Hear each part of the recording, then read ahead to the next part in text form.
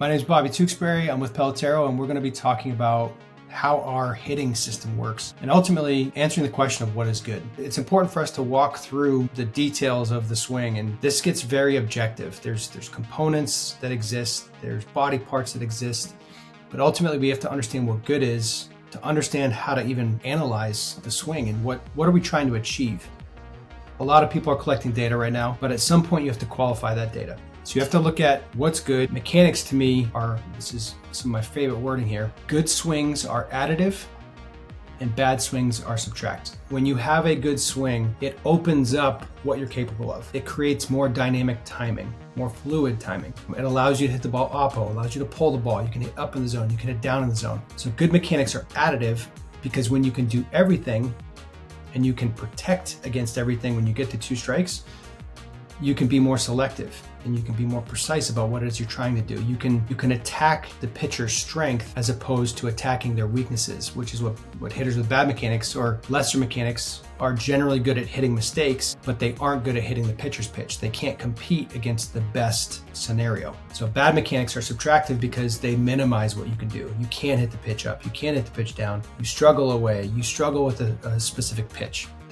You create more challenge for yourself with bad mechanics, and you need mechanics are just mechanics, but they influence your timing, they influence your swing decisions, they influence everything that you're doing as a hitter. So it's really important.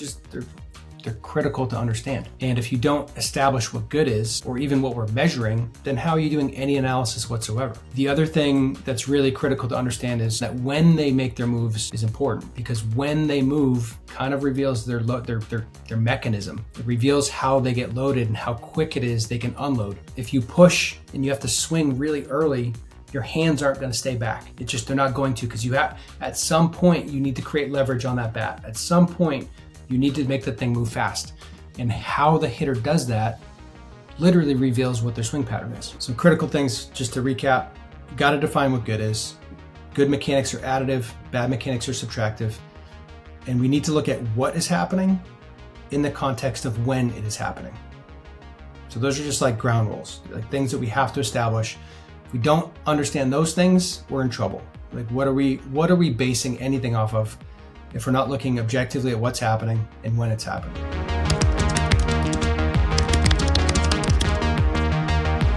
I'm going to use myself as an example of a bad swing. This is, on the right is my swing in 2009. On the left is Albert Pujols, who at the time was probably the best hitter on the planet.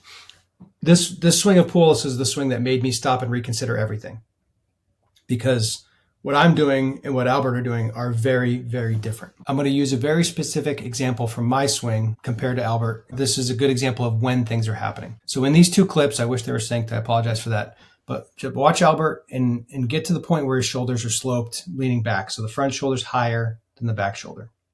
And then look at my swing, and my front shoulder is getting higher than the back shoulder. In every swing, the front shoulder will get higher than the back shoulder. This is going to happen. The only way your front shoulder would be higher than your backswing is if you're like chopping a tree down and you need to attack downward. It doesn't happen. So when we look at these two things, we can see different things happening with the hands. If I put the mouse next to Albert's hands, his hands are going up, staying back. The back elbow is getting down. And you put the mouse on my hands, you can see the hands are just plunging straight down. The elbow's under the hand, but it's going forward. It's really not the same thing. But you can see here, my hands have clearly come down. My lead arm is down. Just similar shoulder slope angle, completely different conditions. I'm losing depth. He's maintained depth. If we watch the video again, you can see this barrel's kind of lowering as it goes down and back. Mine is staying steep. So there's implications with the characteristics of the swing. So again, this is just not even poking fun at me. This was my reality. I was a good baseball player with a bad swing. So I was a conference player of the year in college, Division I. I played some professional baseball. I bumped into a level of competition that exceeded my ability. And I'm proud of that. I got to the professional level, and that's great.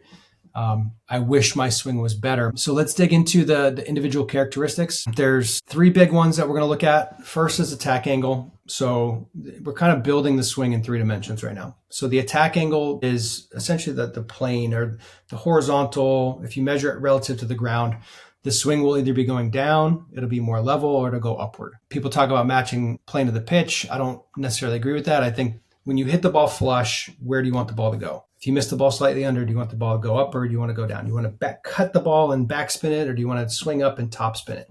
So the plane is just the kind of the trajectory of the bat. How is the bat moving through the zone? Important to understand, because if you swing downward, your hardest impact, if you hit the ball square when you're swinging down, you're going to hit a ground ball. You're going to hit the ball into the ground. If you swing up and you square up the ball perfectly, you're going to hit a fly ball. Do you want to hit the ball hard on the ground? Do you want to hit the ball hard straight in the air? Or do you want to hit hard line drives? The history of the game has told us hard line drives are the best outcome. When you try to hit fly balls, your margin of error changes. Your miss under is now a pop-up, opportunity to topspin the ball. It's just not good. Next is swing path or direction. This is my favorite thing to look for when I flip or throw to a hitter, because that when you're throwing and you're directly in front of the hitter, you can see if the bat's slashing down and across, or if they're dragging the bat through the zone and it never squares up. When you throw to a hitter whose direction is coming directly at you, when the bat's coming through you, it looks different. It sounds different. The force is going directly into the ball. The most common one is the swing that's getting pulled to the pull side. Some hitters will slide their hands and leave the bat open too much. But ultimately, this bat, it's going to be a curved arc, so there's going to be curve here. But creating path through the middle of the field, I think slightly oppo of the pitcher is ideal. It's just important to understand that the direction of the bat matters, just matters. It's how you're squaring up to the ball. And the last big one here is depth and length. We've got the direction of the swing. We've got it. Is it going up or down? Is it going left or right? Now, where is the swing happening in space? And this is relative to the hitter's body. You know, if this guy was back in the box, then this whole thing would shift back. If you move up in the box, it's going to shift everything forward. But there's a concept of having depth and there's a concept of having length. My old swing had length, but no depth, because my hands are coming forward immediately. So how can my bat be creating any sort of speed on plane deep if it's getting pushed forward? As opposed to Albert, we can see his barrel's working on plane, his elbow's getting under, so he's creating depth. But then the orientation, the structure of his arms, because the elbow's down, because the lead arm is up, he can also maintain length through the zone. So he's creating depth and length, which is ideal because now your margin for error, your hitting zone, is massive. So when we combine all these things, we want a swing that's going to be going slightly up. We want a swing that's going through the middle of the field, and we want a swing that's long through the zone. So this is all just foundational stuff. This is the basis. When we spent the time and did the research and have been studying swing video for 15 years and just staying up, falling asleep with our computer open, these are the things that we're studying, and these are the things that matter to us. To Pelotero, this is what good is. You're on plane, you have good direction, you have good depth and length, and you're doing it in a timing window that's incredibly quick. That is adjustable.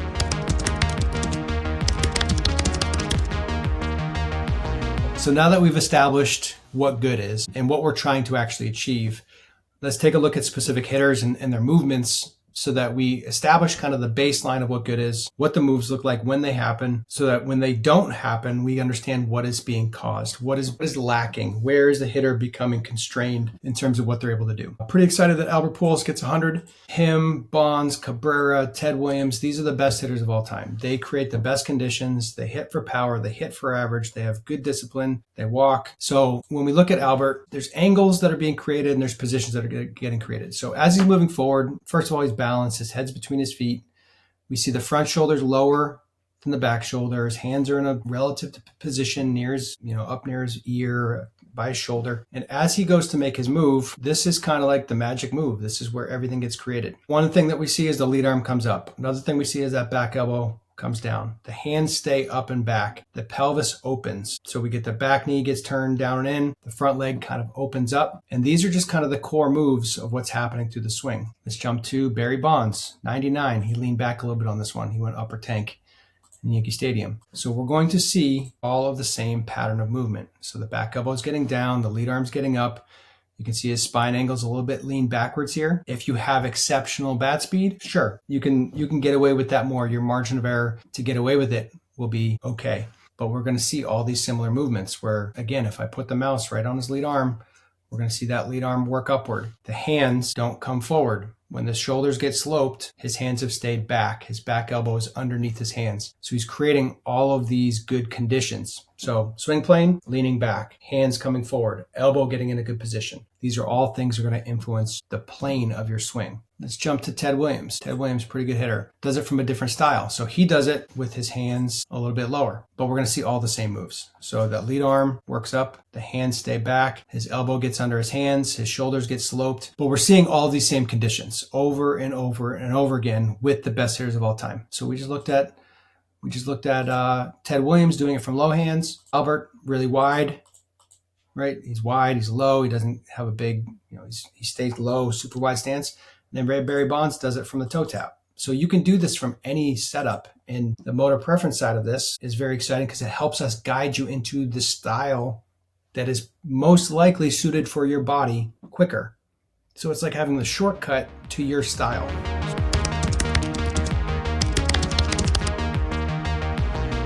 We've got Jose Altuve, Bobby Witt Jr., and Freddie Freeman. All right, so Bobby Witt Jr. is a very good hitter. And what we're going to see with his swing is his shoulders tend to stay a little bit flatter as he starts his hands coming forward. He creates really, really good angles. He's a tremendous athlete. He's very high in the league in sprint speed, bat speed, but his tendency is to be flatter with the shoulders and his hands will start to come forward when you compare him to the Albert Pujols, the Miguel Cabrera, the Ted Williams, the Barry Bonds. As a result, his power tends to be more left of center field. He doesn't create the same conditions that the other all-time greats are creating. So he's a very successful hitter, but he's not going to be driving the ball over the fence to the opposite field consistently. It's just not in the makeup of what he does. Physically, he's creating direction that's more left of center. This introduces concepts of approach, what should you be looking for, what pitches can you handle, what should you be swinging at, what should you be avoiding. This is all important, and this is awesome, and I want the conversation to shift towards that as opposed to mechanics. One of my biggest goals with this hitting product is to get people to understand what the good swing is, what their swing is doing, so we can just attack it. We can just approach it objectively. It doesn't need to be this religious war of I'm right, you're wrong. The game has shown us what is right. The game has revealed to us what works. And when you break it down to the conditions of plane, direction, depth and length, add in the performance metric, we can objectively look at what's happening with the swings, understand the conditions that they're creating, and just make choices, make very clear choices about what we're trying to achieve. We got Freddie Freeman, very good hitter. Love watching him hit. And when we watch Freddie hit, he does a couple interesting things. So he gets kind of more forward. Like his angle is, he's not very wide. So he ends up getting kind of posted up. If you look at his old high school swing, and we'll put that in so we can put it side by side, he really gets up and over his front side quite a bit. So he's learned how to stay back more. So he ends up leaning back with his body a bit to create space so he can get to that pitch. And he's obsessed with going opposite field, controlling the bat through the zone. When we look at his swing from a characteristic standpoint, we can see this lead arm's going up, the back arm's getting under nicely, shoulders are getting sloped. He's just more forward. He's more into that front hip, and the front hip does not pull back. So he's got that good like thrusting action with the lower body, but he doesn't have the front hip pulling back the way that you would see it with, say, a Barry Bonds. So when we see Bonds, we see that hip get out to a point that's more forward, and then it literally pulls back. We see the lines pull back as he approaches contact. And Freeman just doesn't do that as much. He drifts more into his front side, so he compensates by leaning back. Some people think compensations are a negative thing. This dude's just figured out how to hit with his body. And then Jose Altuve, little guy with some pop. His score is solid, but he doesn't do necessarily what Bonds and Pujols do. So Altuve does it from super high hands. His shoulders tend to stay a little flatter. You can see his hands kind of drop into the slot. So he doesn't work the hands back. He gets his elbow. This, just to note, the camera's coming from more up the first baseline, so the angle's not ideal here. But he kind of drops his hands into the slot. So when you do that, you're dropping and you're kind of sliding at the same time.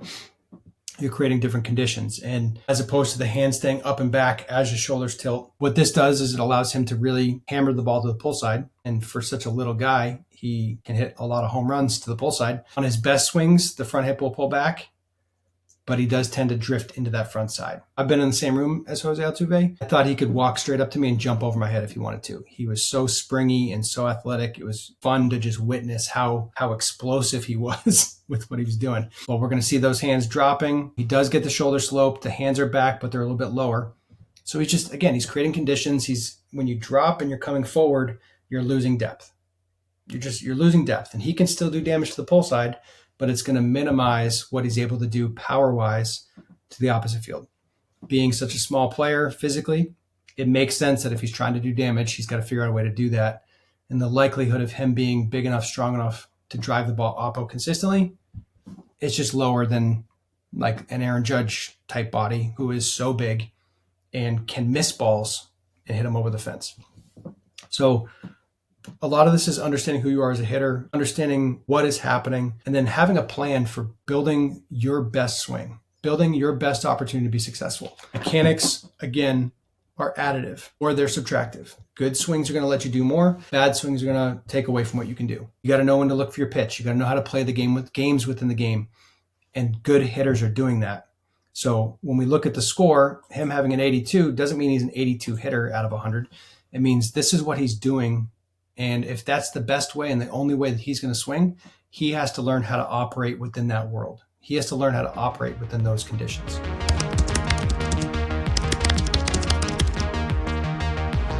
Again, when we look at the best hitters of all time, the 100s, the 99s, right? The Bonds, the Pujols, the Williams, they're creating the best conditions. You get so caught up in measuring details of the swing. Oh, the pelvis angle is this, my posture angle is this, my shoulder angle is this.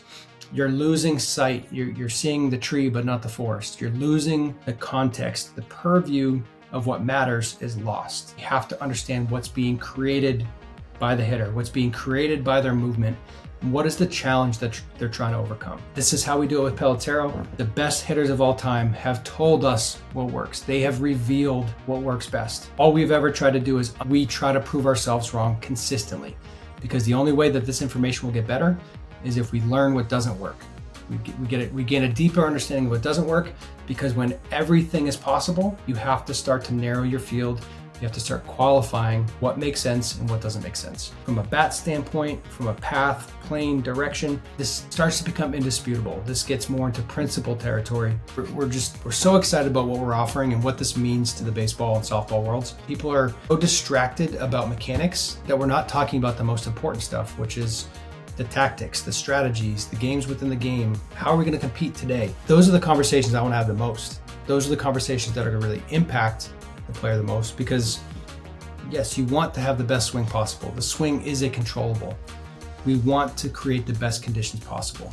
If we have a subtractive swing as opposed to an additive swing, it's going to make hitting harder for us. We got to move on a little bit. We just have to be objective about this and strip away some of the emotion that's attached with egos, with wanting to be right, with confirmation bias. Let's look at things objectively, as told to us by the history of the game, as told to us by the all-time greats. They've shown us what is best. We just have to listen. We have to pay attention. The tools that we built with Pelotero is allowing us to capture and measure and be objective about these things. And because you probably have an iPhone in your pocket, this means you have access to these tools. So again, my name is Bobby Tewksbary with Pelotero. Looking to get an analysis done, go to our partners page on our website, pelotero.com, or attend a Perfect Game Showcase. We have more partners joining every day, and we're really excited about what we're offering to the community and what this means to the whole discussion around hitting.